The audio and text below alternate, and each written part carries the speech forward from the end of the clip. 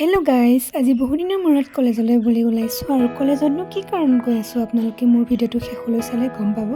আৰু বলক নহ'লে এতিয়া কলেজ গৈ ভিডিঅ'টো ষ্টাৰ্ট কৰি আছোঁ।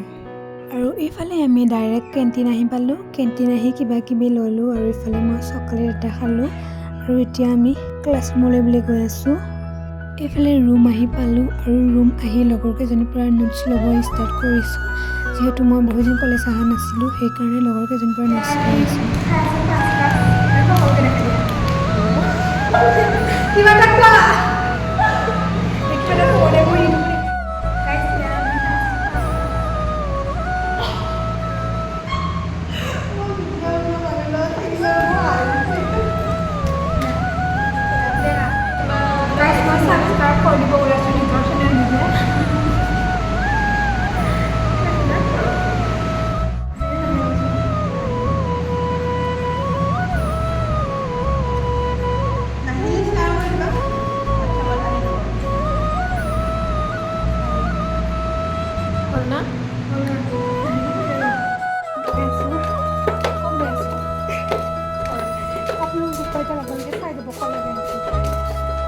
গাইজ, আমি বজাৰ আহিছিলোঁ আৰু বজাৰত কিবা কিবি বজাৰ কৰিলোঁ অলপ।